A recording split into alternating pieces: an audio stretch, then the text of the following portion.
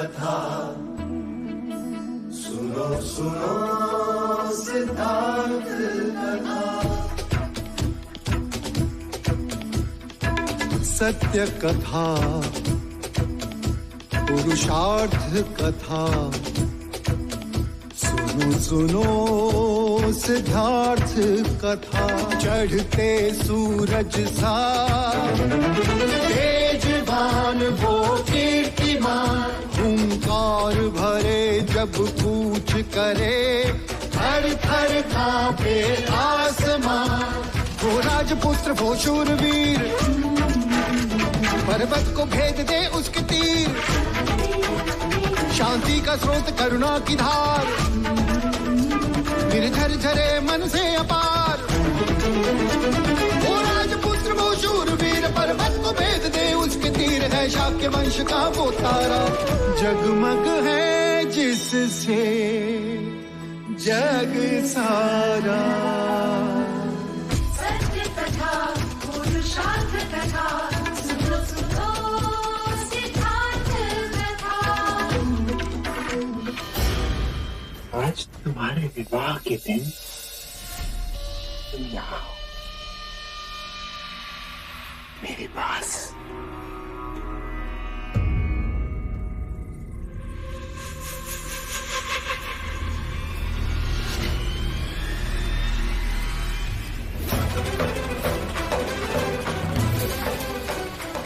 स्मरण है कुमार देवकर, उस दिन रंग भवन में मैंने भी बिनती की, हाथ जोड़े गिड़गिड़ाए, और आपने मनमानी की। आज एक स्त्री ने अपनी मनमानी की। तू यहाँ कैसे आई? बोल। मैंने तुम्हारी और कार्तिक की सारी बातें सुन ली,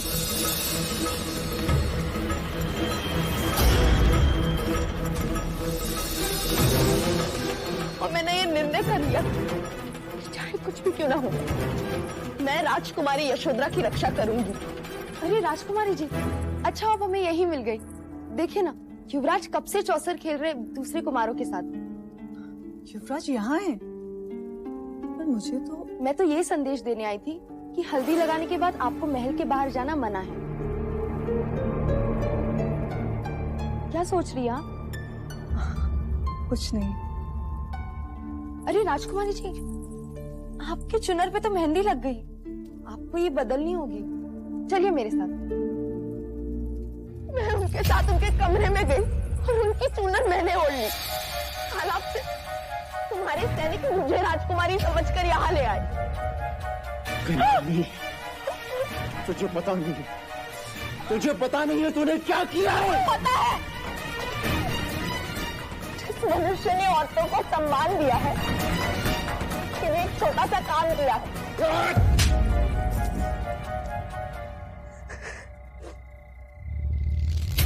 युवराज की होने वाली पत्नी के सम्मान की रक्षा की है मैंने। तेरी रक्षा कौन करेगा? उस बात की चिंता होती तो यहाँ तक आती ही नहीं। चाहूं तो इसी क्षण तेरे प्राण ले सकता हूँ। प्राण? वो तो उसी दिन खो दिए थे, जिस दिन गणिका कहलाई। खेल तो तुमने बहुत अच्छा रचाया था कुमार, पर भाग्य के पास से पलटते देर नहीं लगती। भाग्य के पास से पलटते देर नहीं लगती जी। तुम यशोधरा को कभी हासिल नहीं कर पाओगे।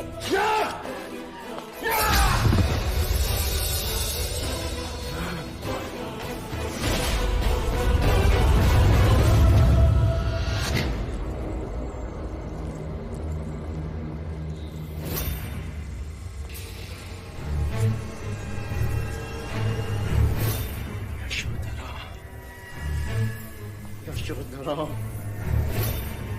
यशोधरा!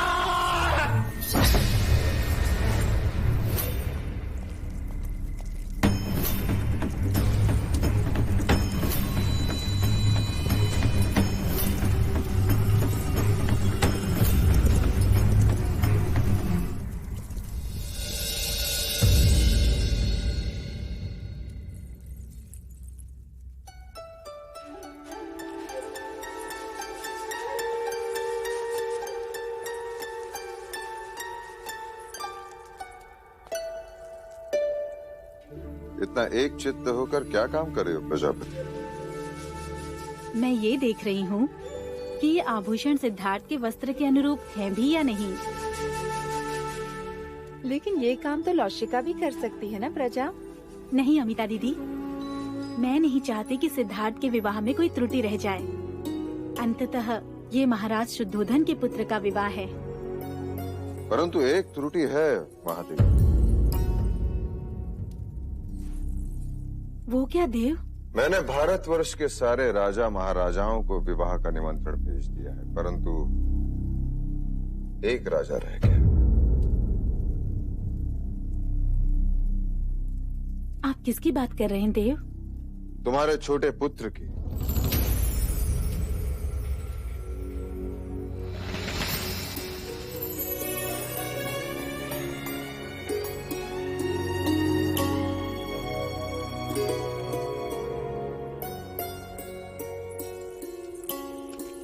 प्रजा,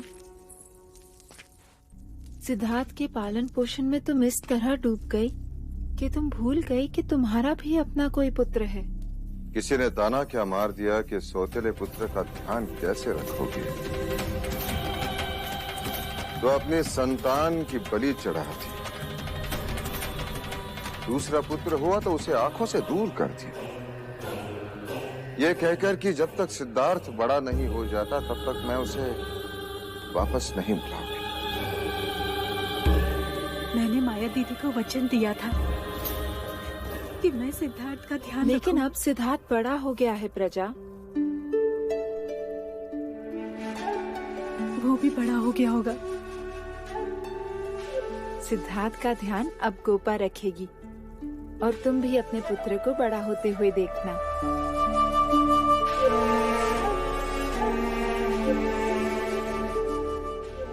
मुझे तो अब ये भी ज्ञात नहीं कि मैं उसे क्या कह के पुकारूंगी। नंद, नंद कहकर पुकारो उसे। नंद? माँ,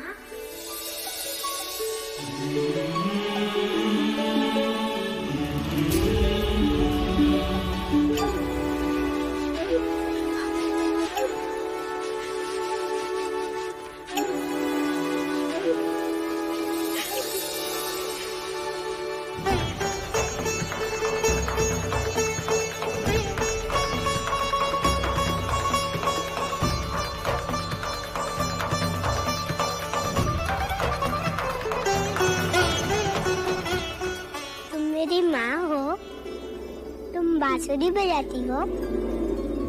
मुझे सिखाओगी?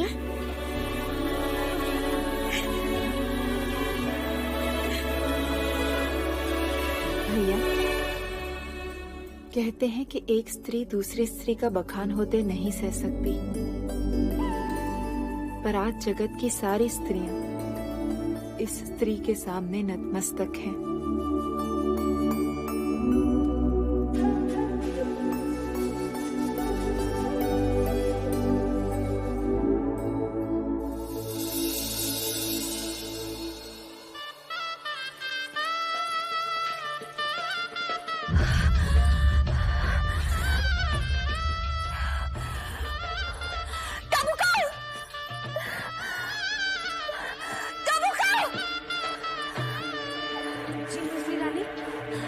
झरोका मत कर, संगीत के सुर मेरे कान को डस रहे हैं।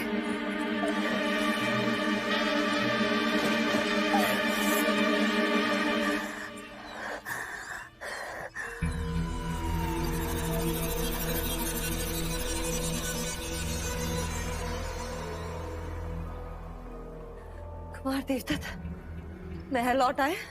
नहीं मंजली रानी, रात की गए हैं, अभी तक नहीं लौटे।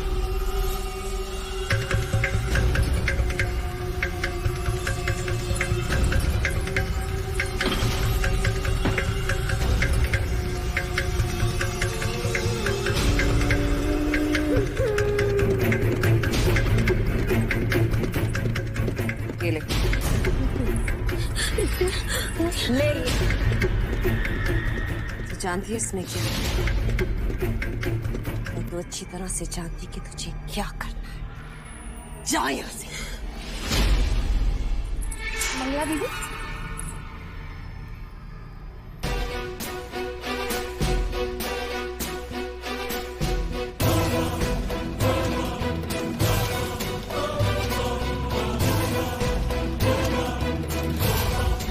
दीदी आप अब तक तैयार नहीं हुई? वहाँ महादेवी कब से आपके बारे में पूछ रही हैं। और आपके वस्त्र। कामुका जी, मैं तो कब से कह रही हूँ, परंतु मंजली रानी है कि कुछ सुन। मेरी टिटोली कर रही है। कुमार देवता का विवाह हो रहा है जो मैं श्रृंगार करूं। नहीं जाना मुझे किसी भी विवाह में। जा यहाँ से।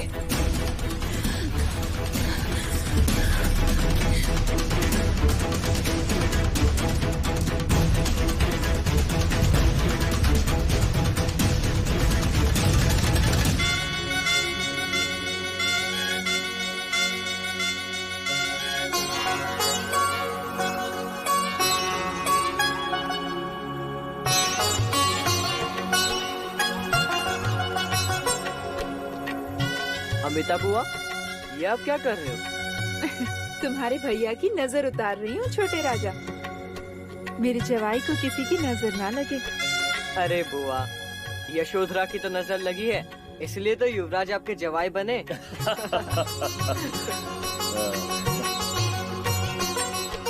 अब ये क्या है? जवाई के गले में घेरा। लो, बंद गए सिद्धार्थ भैया, अब इससे छुटकारा नहीं है। सोच लो।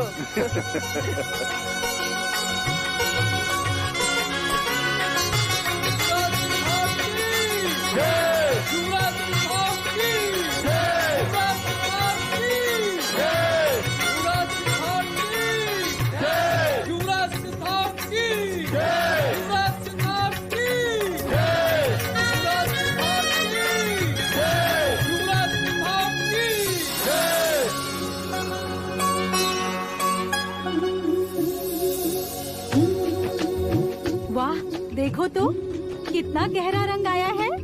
अर्थात युवराज सिद्धार्थ का प्रेम भी उतना ही गहरा होगा।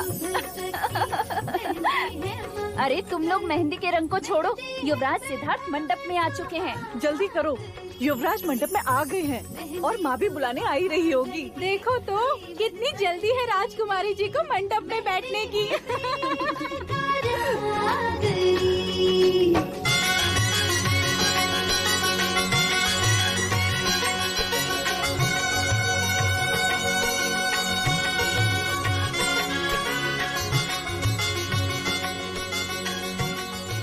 विभा जी, मंगला दीदी नहीं आई? नहीं महादेवी। क्यों? वो विवाह में सम्मिलित नहीं होंगी। लेकिन क्यों? मैंने कहा था ना, मंगला विवाह में कोई विघ्न न उत्पन्न करे तो ही अच्छा। अमिता दीदी, आप चिंतित न हो, मैं आपके बड़े भैया के साथ जाती हूँ, फिर देखती हूँ कि मंगला दीदी कैसे रूठी रहती हैं।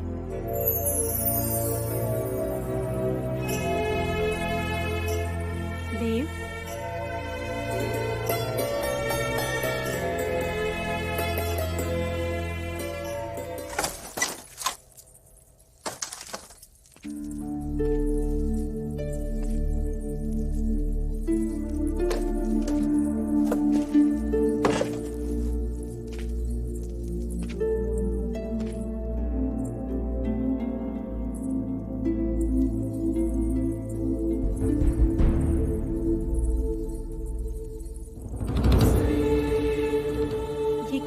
दीदी, आपने अब तक श्रृंगार नहीं किया?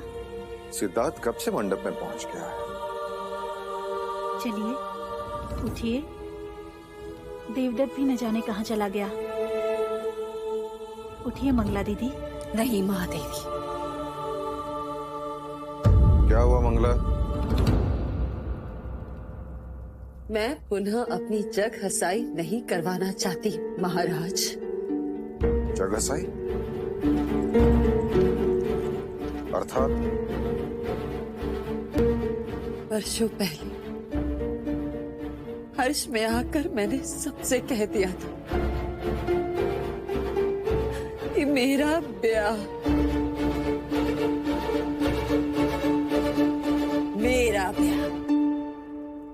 शाक्य शिरोमणि महाराज शुद्धोधन के साथ होने वाला है।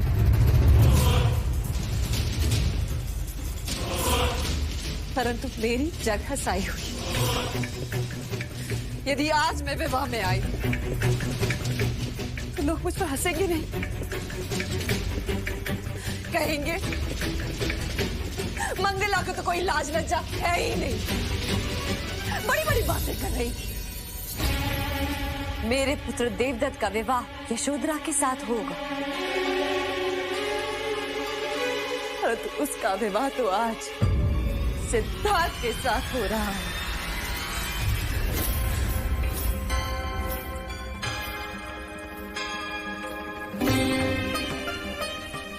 तो क्या सिद्धार्थ आपका पुत्र नहीं है मंगला देवी? यदि आप विवाह में नहीं आई तो क्या कहेगी कपिलवस्तु की प्रजा? क्या कहेंगे लोग कि राज परिवार में इतना कलह क्लेश? वही कलह क्लेश कोई ना देखे, इसीलिए तो युवराज को समझाया था। एक कन्या के लिए दो भाइयों में इतना संघर्ष क्यों? परंतु आपने भी उन्हें नहीं रोका, उलट स्वयंवर के लिए उन्हें प्रोत्साहित किया।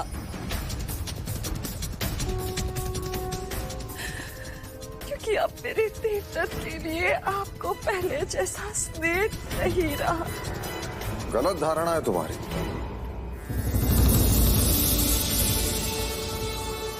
मेरे लिए आज भी देवदत्त और सिद्धार्थ में कोई अंतर नहीं। हाँ मंगला दीदी, महाराज के लिए आज भी वो दोनों कपिलवस्तु की दो आंखें हैं। सत्य कहा महादेवी, दो आंखें हैं, परंतु एक दाहिनी और दूसरी बाईं। एक शगुन तो दूसरी अपशगुन। एक चाकियों के सिंहासन पर बैठेगा और दूसरा वही सिंहासन के सामने नतमस्तक। युवराज को यशोधरा में सिंहासन मिलेगा और मेरे देवदत्त को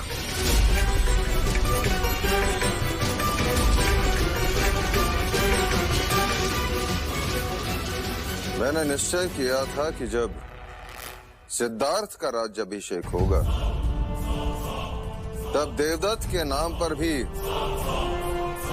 उत्तर का प्रदेश कर दिया जाएगा, ताकि दोनों कुमार अपने अपने शाक्य सीमाओं का विस्तार कर सकें और शाक्य संघ में हमारा वर्चस्व ऐसा ही बना रहे।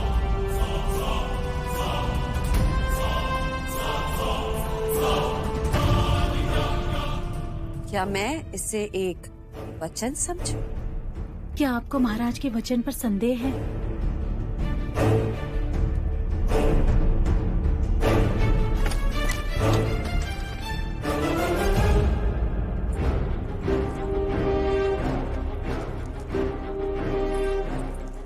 राज, तो मंडप छोड़कर यहाँ क्यों चले आए? क्योंकि आपसे एक प्रश्न करना था। प्रश्न? क्या नाते केवल रक्त के होते हैं? यदि वो रक्त के ना हो तो संबंध नहीं होते।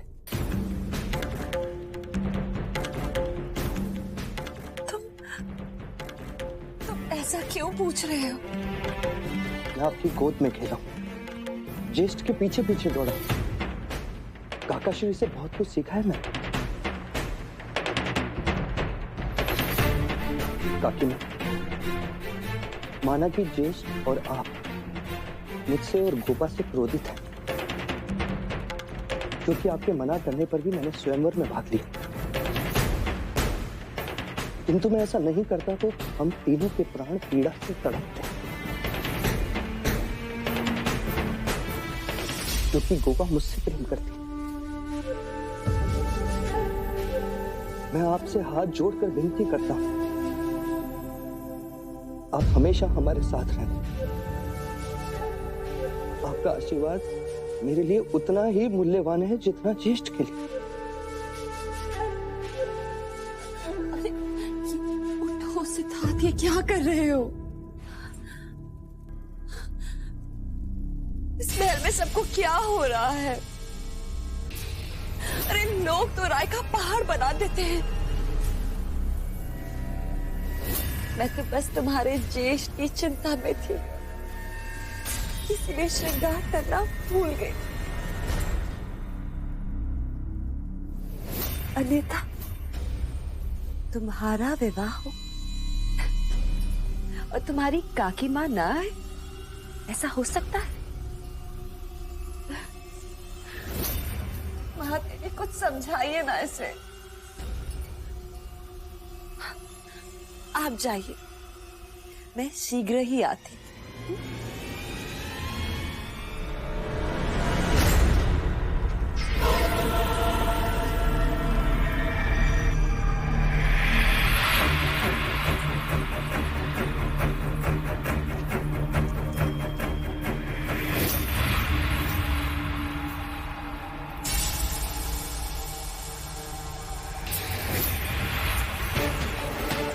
कौशल नरेश महाराज प्रसन्न जीत की। कौशल नरेश महाराज प्रसन्न जीत की।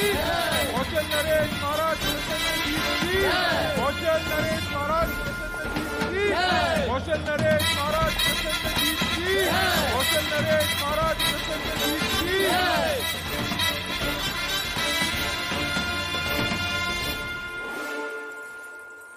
पधारिए, पधारिए महाराज प्रसन्नजीत। शाक्यों के कपिल वस्तु में आपका स्वागत। आपको रथ से उतरते देखा तो एक पल यही लगा कि शत्रु का रथ यहां कैसे। हम तो भूल ही गए कि संधि करके आप अब हमारे मित्र हो।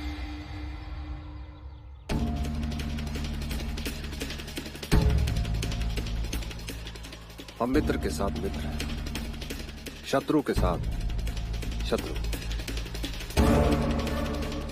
परंतु आदर हम दोनों का करते हैं। यदि ये बात सत्य है कि आप हमारे मित्र हैं, तो हमारे साथ द्वार पर खड़े होकर हमारे अतिथियों का स्वागत इन फूलों से कीजिए। दीजिए। क्या मैंने कुछ अनुचित कहा मित्र? नहीं राजा दुर्योधन, आज मंगल अवसर आपके द्वार पर, कल हमारे द्वार पर हो सकता है। कपिल वस्तु में आपका स्वागत है कौशल नरेश।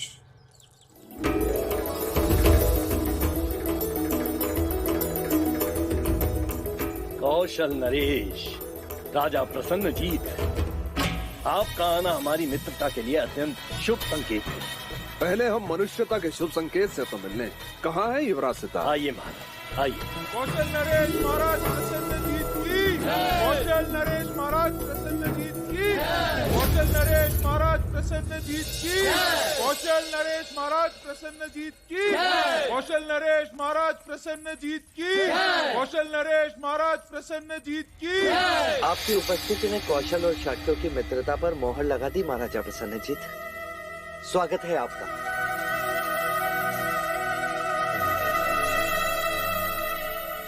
अच्छा हुआ आप शीघ्र आ गए। हमारे ज्येष्ठ देवदत्त अभी तक आए नहीं, तो आपको ही वर के मित्र के कर्तव्य निभाने होंगे। आइए। कौशल नरेश महाराज प्रसन्नजीत की। कौशल नरेश महाराज प्रसन्नजीत की। कौशल नरेश महाराज प्रसन्नजीत की।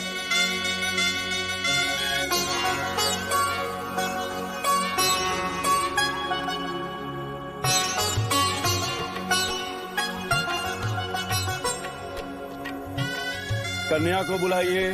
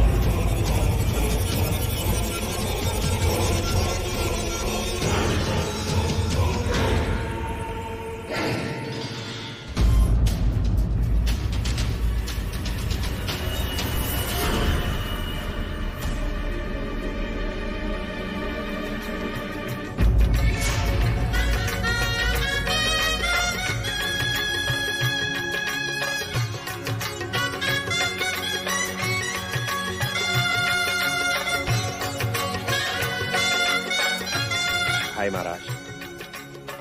तो शाक्य राजा आपसे मंत्रणा करना चाहते हैं। मंत्रणा? इस समय? हाँ भाई महाराज, आइए।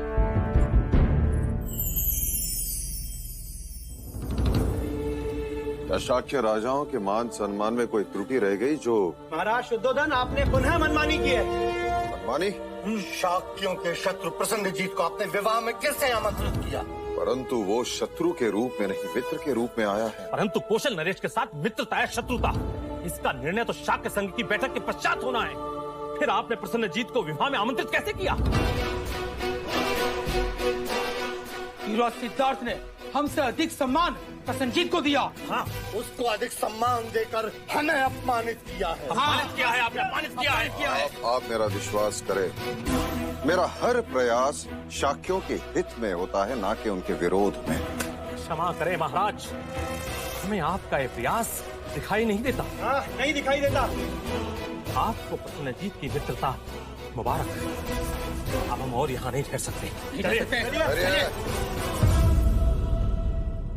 हमारे गुरु कहते थे कि भोजपत्र पर यदि राजनीति लिखा, उसे उल्टा कर देखो तो कूटनीति नजर आती। आपने शाक्य राजा की राजनीति देखी है, कूटनीति नहीं। हमने उसे विवाह का आमंत्रण दिया,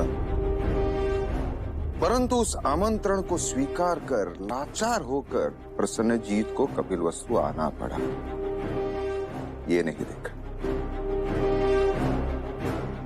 अश्वमेघ की इच्छा रखने वाला नरेश कैसे सबसे आंख मिलाएगा, ये नहीं देखा। आपने हमारा दिया हुआ सम्मान देखा, परंतु होने वाला अपमान नहीं देखा।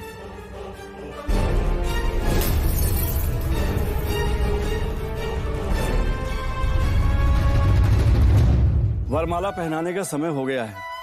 लशिका,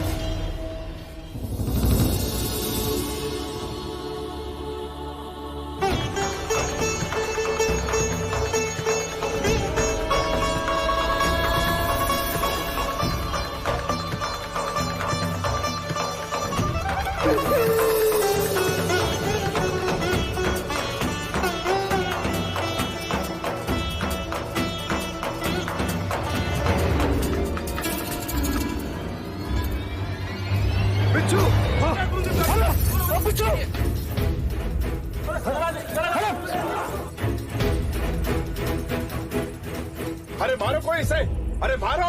युवराज इसे कुचल देना चाहिए। बिच्छू है, शत्रु है। ये शत्रु नहीं, मात्र एक जीव है। जिस तरह हम मनुष्य अपने बचाव के लिए शस्त्र उठाते हैं, उसी तरह ये जीव आत्मरक्षण के लिए डसते हैं। ये जीव मात्र की स्वभावगत भीरुता है कौशल है, और कुछ नहीं। चलना, जाओ इसे बाहर वन में छोड़ो। अरे शिव शिव शिव शिव शिव शिव शिव शिव शिव शिव शिव शिव शिव शिव शिव शिव शिव शिव। युवराज, हमने आज तक आप जैसा मनुष्य नहीं देखा जो बिच्छू पर भी दया करे।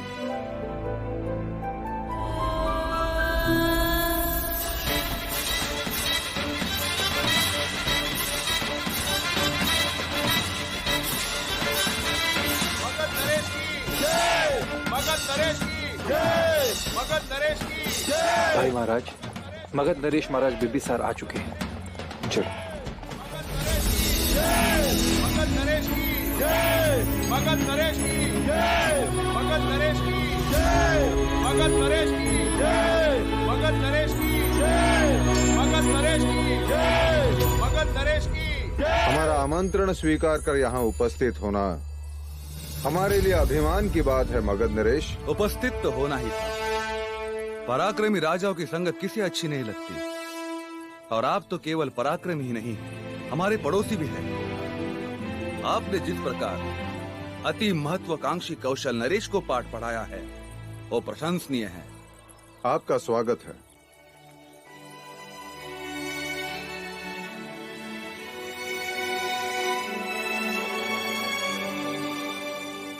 महाराज, हमें लगा आपके साथ हमारी बहन वैदेही भी होगी।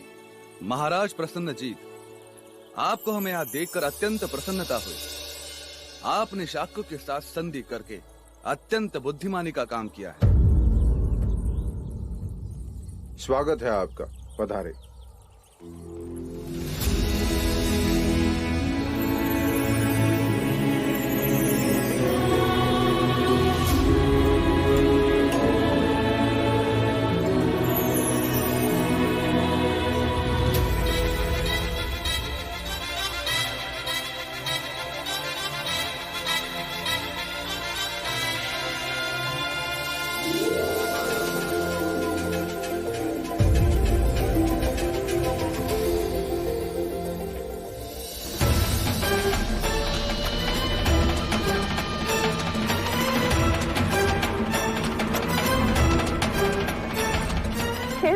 बहुत अच्छा रचाया था कुमार। तुम यशोधरा को कभी हासिल नहीं कर पाओगे।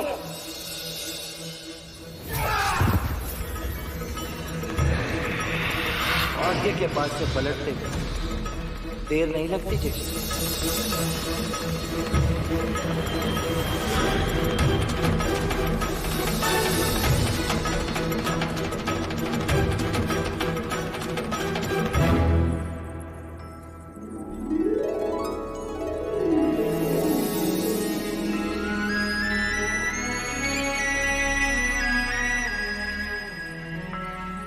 वैशाली नरेश की जय, वैशाली नरेश की जय, वैशाली नरेश की जय, वैशाली नरेश की। नरेश आए हैं, अर्थात आम्रपाली भी आई हुई।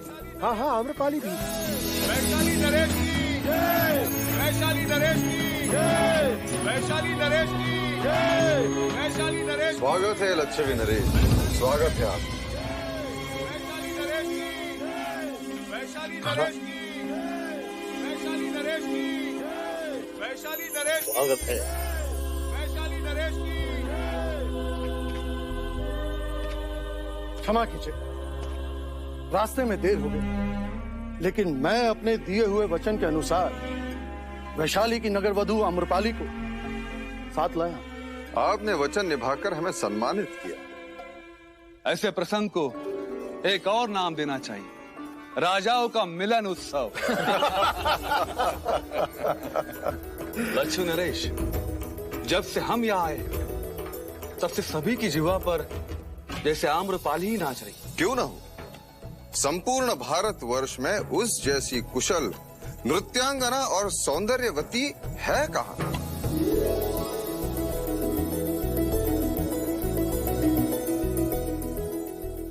महाराज बिंबिसार, हमारे वैशाली में तो उसकी प्रशंसा में कहते हैं कि उसके रूप के आगे राजा अपना मुकुट, ब्राह्मण अपना शास्त्र, सैनिक अपनी तलवार और एक गृहस्थ अपना जीवन तक दांव पे लगा देता है। अति प्रशंसनीय, पर हम कैसे मान ले? वो आम्रपाली है, वैशाली की नगर वधू। चाहे तो देखकर परख सकते हैं। आपके बखान में अर्थ कम घमंड अधिक। वो तो है, बड़े बड़े क्षत्रियों का पुरुषत्व वो अपने सौंदर्य के तराजू में तोल लेती है। अब तो अवश्य देखना पड़ेगा किसका पल्ला भारी।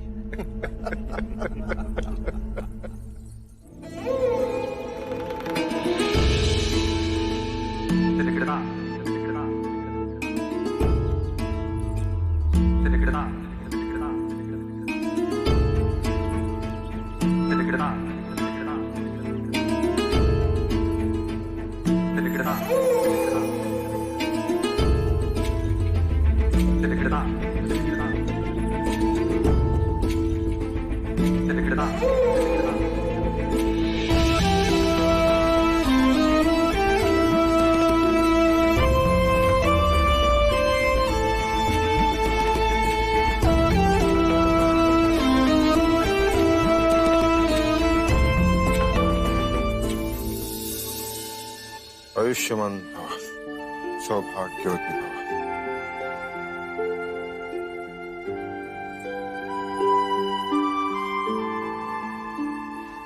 सदा सुखी रहो।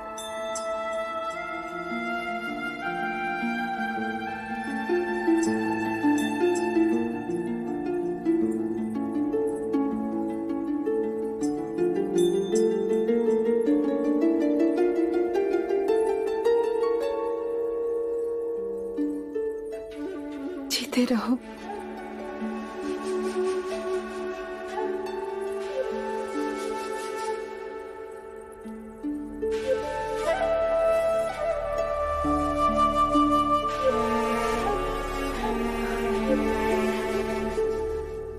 प्रजा, आज से तुम यशोधरा की माँ हो। इससे किसी भी तरह की मर्यादा भंग हो जाए तो क्षमा करना। समझना कि मेरे पालन पोषण में कोई क्षति रह गई। नहीं अमिता दीदी,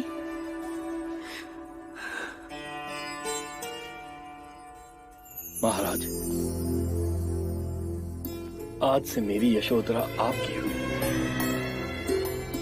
इच्छा तो बहुत थी कि अपनी पुत्री की विदाई देवदास से करता। जी छोटा ना करे राजा दंडपानी।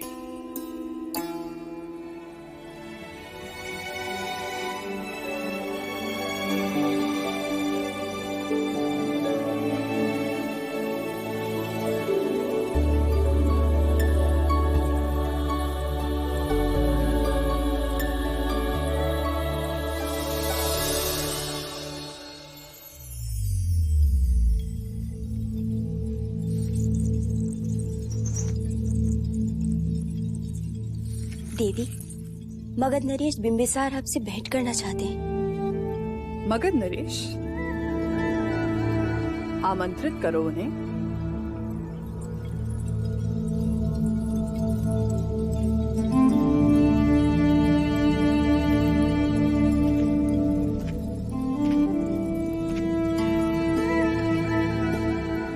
मगध नरेश का स्वागत है। कहिए महाराज, आपका हमसे क्या काम? तुम पहली नगर वधू हो जो मगध नरेश बिंबिसार के स्वागत के लिए खड़ी नहीं हुई। क्या करे महाराज, विवश हूं। घुंघरू जो बांध रही हूं अधूरा नहीं छोड़ सकती। कला के भी कुछ नियम हैं। विराजिए। वाह, इतने वर्षों के पश्चात सौंदर्य और चातुर्य का योग एक साथ देखा। मैंने तुम्हारी इतनी प्रशंसा सुनी कि मैं स्वयं को रोक ना सका।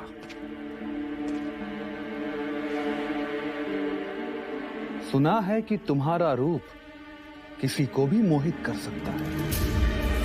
ठीक सुना है आपने। आप चाहें तो परख ले हमें। इतना आत्मविश्वास? कहते हैं कि विवाह के दिन वर को वधू से कोई विमुख नहीं कर सकता। यदि तुम कुछ देर के लिए सिद्धार्थ को मोहित करके अपने मोहपाश में जकड़ लो तो आप क्या हारेंगे? क्या जीतना चाहती हो?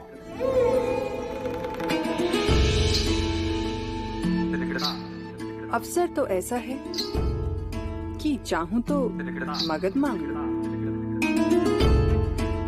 लेकिन अगर मगध नरेश भी मिल जाए तो भी बहुत।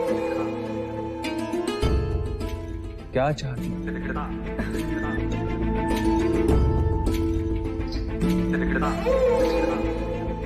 यदि आप हार गए